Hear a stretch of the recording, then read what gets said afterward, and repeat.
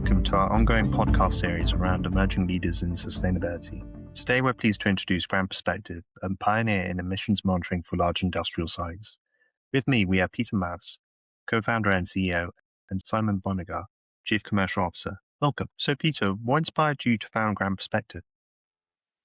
My background is in remote sensing. So I've been working together with scientists, but also with first responders. And so first responders, they react to an explosion, a leakage, or a huge, accident that was happening. And they used our technology to really learn more about what was going on. What really struck me was this is all something that happened in retrospect. So first responders obviously go to a site when an accident already happened. So this was one of the core inspirations when founding Grandperspective, that actually let's go to where the hazard potential really is. Let's go into the industries. Industries handle enormous amount of hazardous substances. Yet with currently available technology, they know relatively little about what is going on a continuous basis. So why not stepping in with remote sensing technology and provide full coverage and really uncover what is invisible? And that led to one of the core, let's say, themes, and that is stop guessing, start knowing. And that's really what it is about. Makes a lot of sense. So how did you choose your technology, and maybe also give a bit of background on how emissions monitoring is currently done, because you're a real game changer in the space. Yeah, I already mentioned that I have this remote sensing background. So let me say that if you look at industries, how they are doing it currently. So typically industries install sensors, point sensors, which act very much like your nose.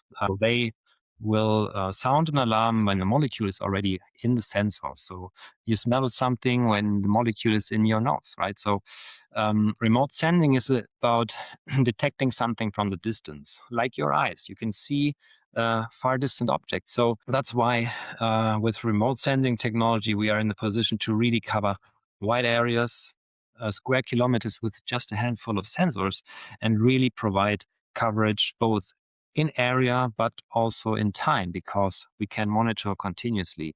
And that's making the core difference. Maybe one other thing is that sometimes, or many times, customers are using procedures to really stay ahead of leakages. But that's literally people walking around the plants with hand scanners and checking sometimes tens of thousands, sometimes hundreds of thousands of potential leak points. And that takes a lot of time. So it's really a paradigm shift, if you ask me, that is from procedures and point sensors leaving a lot of gaps to really going full coverage. Makes a lot of sense. Plus, also, it's for a wide variety of chemicals you can cover as well. If I'm not mistaken, it's for over 400, so it's a pretty extensive library. Yeah, absolutely. I mean, that's definitely one strength that I didn't touch upon yet. So we are using spectroscopy, which means basically we are analyzing, a full spectrum, which is the analog of taking a picture and looking for different people in that picture. But we can cover literally several hundreds of different chemicals. Makes a lot of sense. And I guess, Simon, now it's gone public that you're working with Shell and Yara as key clients. Well, it would be great to hear a bit more on how do you get to know them and start working to address their pain points. Sure. Thank you. I think it's, first worth spelling out that, we're delighted that Shell and Yara in particular have come forward. But obviously customer confidentiality is extremely important. So we'll only, talk about those customers who are comfortable and indeed proud of the work they're doing. Our relationship with Shell goes back quite a few years now, and they were faced with, the typical challenge: tens of thousands, actually over 100,000 potential emission spots that they were having to monitor for a very wide range of chemicals. And they looked into drones, they looked into all sorts of different technologies, and they were really struggling to provide the sort of always on, all areas coverage that they really wanted. And our first work with them actually was at a turnaround, which is one of the most difficult and challenging environments, because there's always that element of unpredictability when you're shutting things down, when you're pressuring them up for the first time, etc. It is always, a high pressure, highly skilled environment. So our very first engagement with them was providing them this ability to look not just in the areas where they would predict, where they could potentially, put a sensor right by a flange that they thought might be at risk, but also to looking all those areas where they couldn't predict, or would either be, physically difficult, logistically difficult, or just, too expensive. And that's grown into a site-wide installation now. It's embedded into multiple control rooms, with many users actively using it around the clock. I think the most interesting thing, though, is that this was initially driven not by the HSC department, not by the operations department, even though they both now, are heavy users, but actually by their digitalization department. Because particularly in some of the more sort of forward-looking customers, they're not only looking at monitoring gases, they're also looking at the value of this continuous stream of rich data. The starting point at Shell was just that. How do I get this constant stream of rich data that my systems and my next generation of process control and safety systems are going to rely on? Whether you want to talk about AI or not is secondary. From Yara, Yara are one of the biggest producers of ammonia, full stop, in Europe. And ammonia is an extremely important gas. It's extremely important for fertilizer production, for chemical manufacture, and increasingly for energy. And going back years, in fact, in this case, I think to 2016, there was an incident reported that really, really focused their attention. Because as a company super focused on safety, they realized that here's an area where some of the sort of processes that Peter's been talking about, some of the, the fixed point extractive sensors, really wasn't giving them, the comfort levels, the security levels that they really wanted to. And I don't think it's a coincidence at all that, today, and indeed, the recent Yara article is actually showing Yara as one of the, the leading industrial supporters of this, new generation of safety regulations, in this case, PGS 12. And their work with us is very much part of that. But we also see that, this ammonia market that they have taken, such an important role in, is growing rapidly, but now with a lot of, less experienced players, people without the, the traditions and the cultures of ammonia handling, ammonia safety that people like Yara have got, driven by this energy transition, driven by the need for carbon-free energy sources, and ammonia as a hydrogen carrier, of course. But again, with Yara, it was the challenges of a highly complex site with high hazard potential, but based on a culture of safety and a forward-looking customer that is really saying, okay, how can we change? How can we change from fixed point sensors in a handful of places with manual inspections to having this constant digital picture? It's the difference between having a security card, wandering around a site with a flashlight every 4 hours for security, or having, always on 24/7 infrared night vision cameras that are scanning the entire site. It is orders of magnitude more data, orders of magnitude more precise. No, that is definitely a lot of strong validation, especially the fact that they've also gone public, validating you as well. I think in our conversations, another part that's come up is a lot of the unexpected benefits. So, for example, detecting emissions that they weren't even aware of, or other gases which have come through. Maybe if you expand a bit more. Sure. Well, I mean, Peter laid the groundwork in some of his comments. As an industry, nearly 2/3 of emissions typically are unmonitored.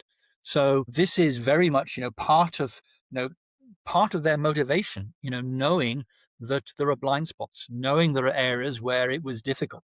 But there's also the case of, the legacy generation of sensors. You really had to decide which gases you're looking for in advance and where to put it. And you're normally talking about just a handful of gases. Whereas, of course, with Scanfeld, both before and after the event, you can look at this huge range of potential gases. So gases that, you may never see, but nonetheless, it's sensible to look for. You don't need to start making difficult commercial decisions of, do I put a sensor in place that may never trigger? Because you don't need to essentially have a different sensor for different gases. And a classic example with this is, one of our customers, they discovered, and I don't want to give away specific commercial details here, but they discovered releases of a gas that had absolutely no right to be in that time or place or as part of that process. A gas with both safety and significant economic implications. Now, in this case, because they were able not just to rely on a single one-off, sample, a single one-off visit, but the constant stream of data, they could look at over the course of minutes, hours, even days, when did they see the gas and when did they not see the gas? And what they were able to do is actually show that it was the result of a particular brand of feedstock. A feedstock that should be chemically identical to what they normally use. They had changed brands in a mixed brand environment, and whenever they used this particular feedstock, all of a sudden they were getting releases of a gas into the atmosphere, so not within the process, so to speak, that they did not expect. That had both safety implications, process implications, cost implications, and would have been completely unobtainable by traditional means. But also, I mean, Peter talked earlier about this idea of, of libraries.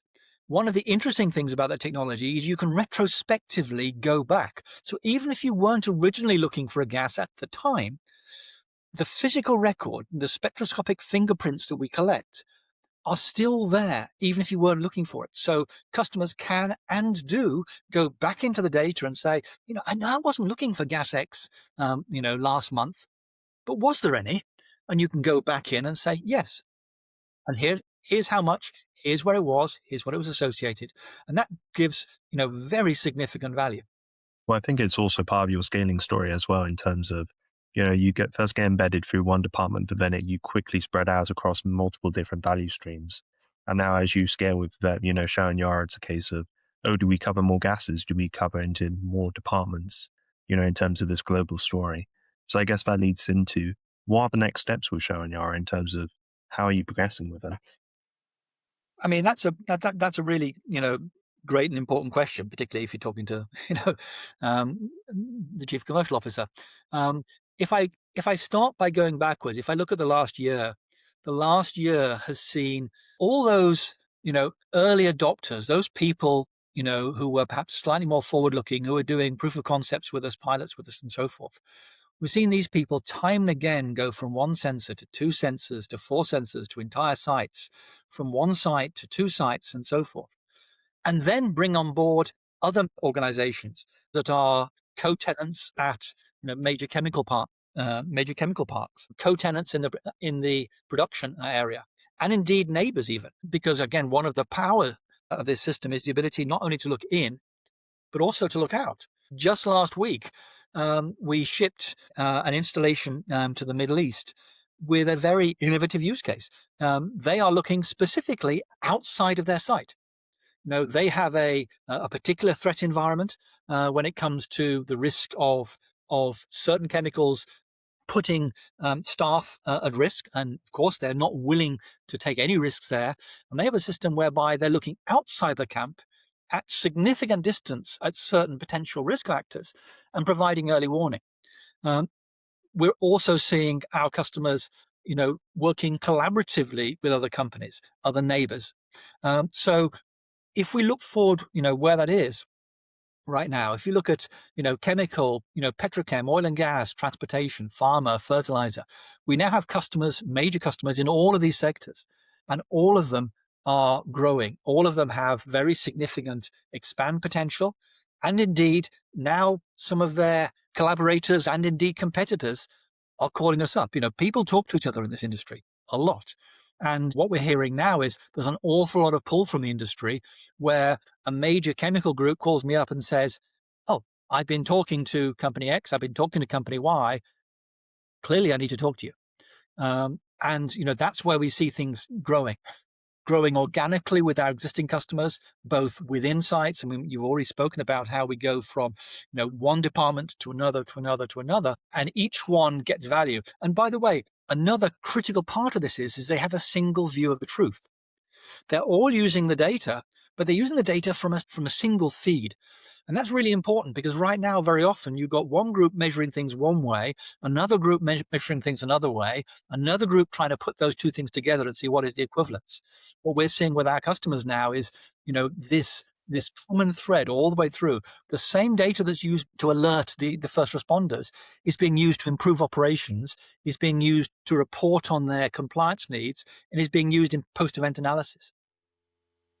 No, definitely a very deep, traction across there. I mean, as you were mentioning, part of the beauty of your solution is of how flexible it is across all these different applications in terms of it's not just only petrochem or only ammonia, but actually working across so many different fields. I guess, Peter, on your side, did you envisage that would be such a flexible solution? And when it's come to talking, across all these different applications, have you seen a common thread or are there unique challenges each face?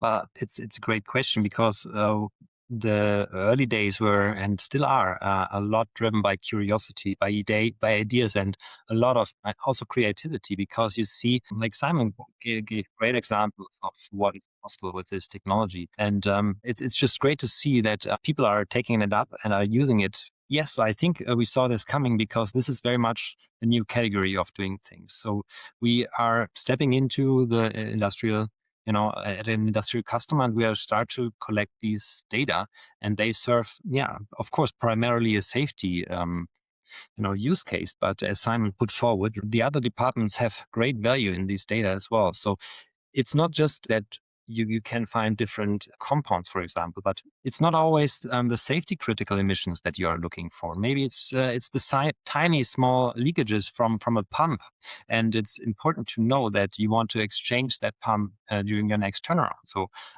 actually, the maintenance technicians will be interested in that. Or if it's, for example, people whose job it is to regularly walk the plant and check for leakages on a schedule, then actually another way of taking the same data is to put them together and find the small but not safety critical leakages. So I think, coming back to your question, of course, we didn't see all of this coming, but actually the potential we definitely saw in the very beginning. And it's great to see this is now together with our customers to develop this really forward and to provide value across their entire operations.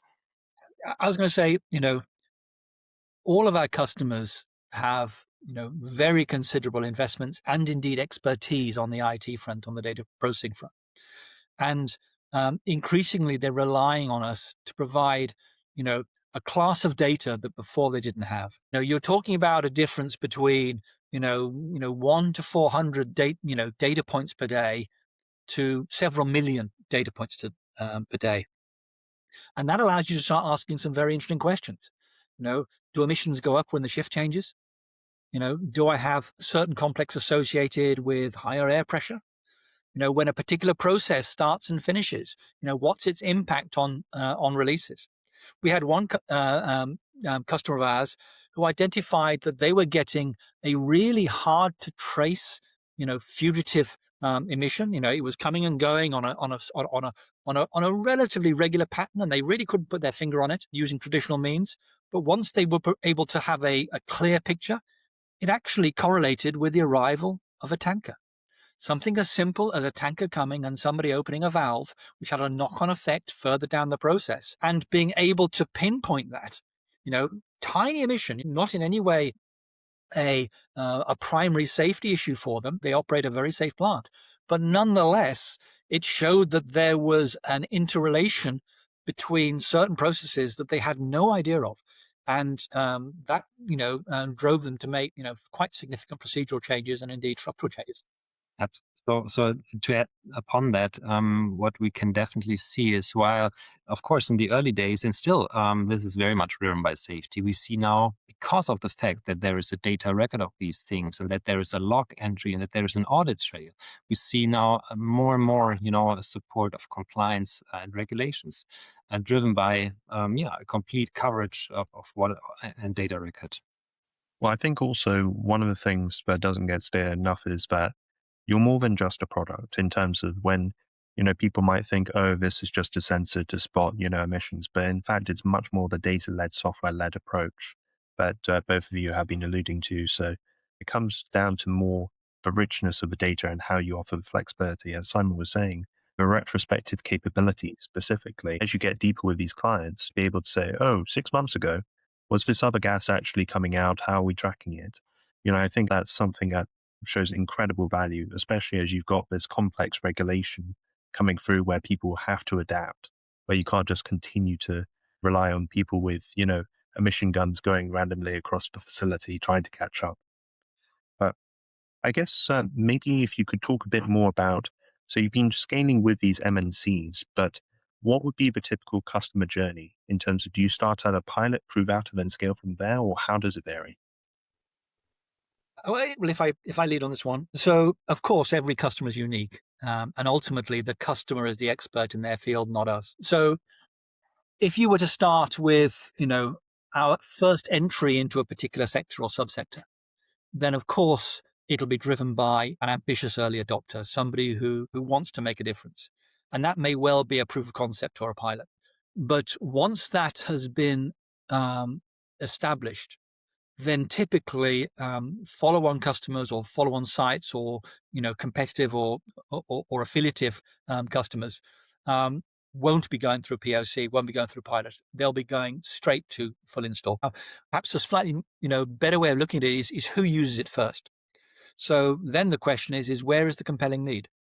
So is the compelling need safety driven? Is it, one would hope not, but is it event driven? Something has happened. Is it a legislative driver?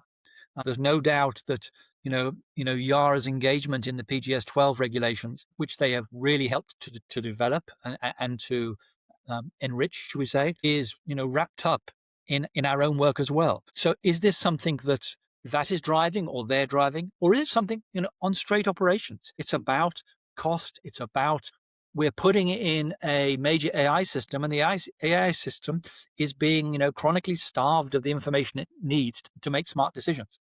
So typically there will be a routine. Safety is often a strong use case, but then, as Peter's been saying, it then typically gets adopted across multiple departments, across multiple parts of the area. Once it's established, POC and pilot doesn't tend to lead, because people know that they want it. Well, there's also the acceleration effect you were mentioning earlier of, people on the same industrial site will go, oh, my neighbor's been using this. Actually, this helps quite a lot. You already will have an implicit understanding because your sensors are well covered, part of their parks already. So it's a case of, oh, actually, we could spot this in advance. Here's the value we can already deliver.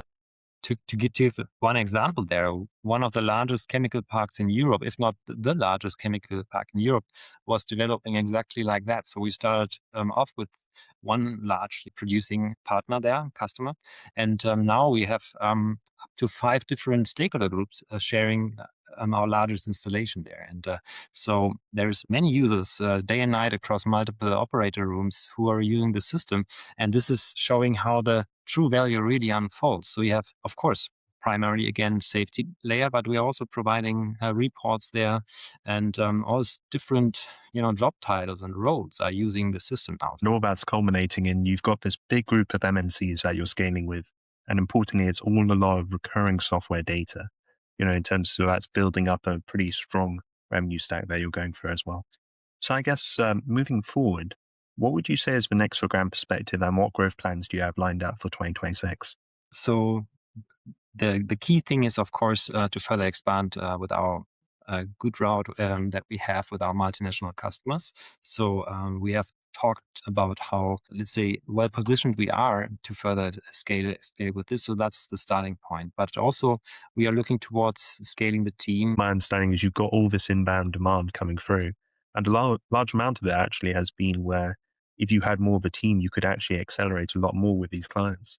Without a doubt, given what's already been signed, what's already deep in procurement, we'll double our install base this year. Capacity limited, certainly. There is more out there than we could easily accommodate right now. And so we're strategic. So we have to be really strategic about, what is the implication of this particular customer? Why do we support this customer over that customer right now?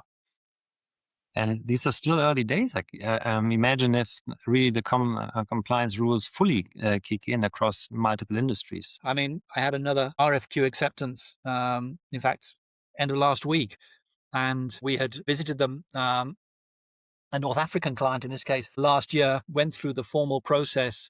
But by the time it got to the end of the process, the only company that could meet their needs was us. The RFQ essentially specified us. and they got back to us at the end of last week. We're accepted, we're going ahead, and already, not only are we talking about the first implementation this year, but we're now talking about the expansion next year and the expansion the year after, and the next 3 sites that are associated with that. Much is a snowball effect. I think it's also the market coming up to speed to learn more about yourself as well. In terms of one of the sites you mentioned earlier, my understanding is that that site couldn't actually happen without you as well, but you'll be a key enabler for many sites that are struggling as well. Yes, I mean, there are certain classes of use case that we are, pretty much unique in being able to service. And what is interesting is if you look at what is happening in the market, if you look at what is happening from a regulatory standpoint, but also what's happening from an industrial standpoint, the trends are all in that direction. There's no trend that, that's saying, hey, we don't need to monitor continuously. We can go back to periodic. All the trends are, how do I go from a periodic inspection to continuous monitoring? How do I go from point sampling to remote sensing? All the regulations are headed in that direction. And increasingly, there are new entrants coming into the market, the whole alternative energy area, who are having to start from scratch. Now, starting from scratch, firstly, means that they need the right partners, but it also means that they are looking at things from afresh. There is no legacy of, well, we've always done things that way, which is also really powerful. Exactly. So I guess as a closing point, what would you like the market to know more about Grandperspective specifically?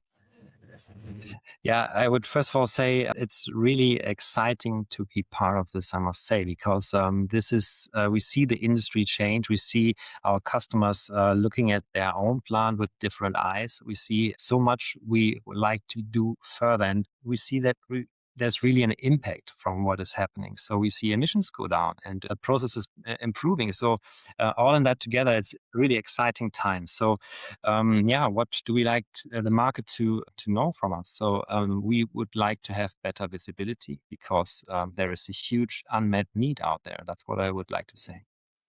I would say also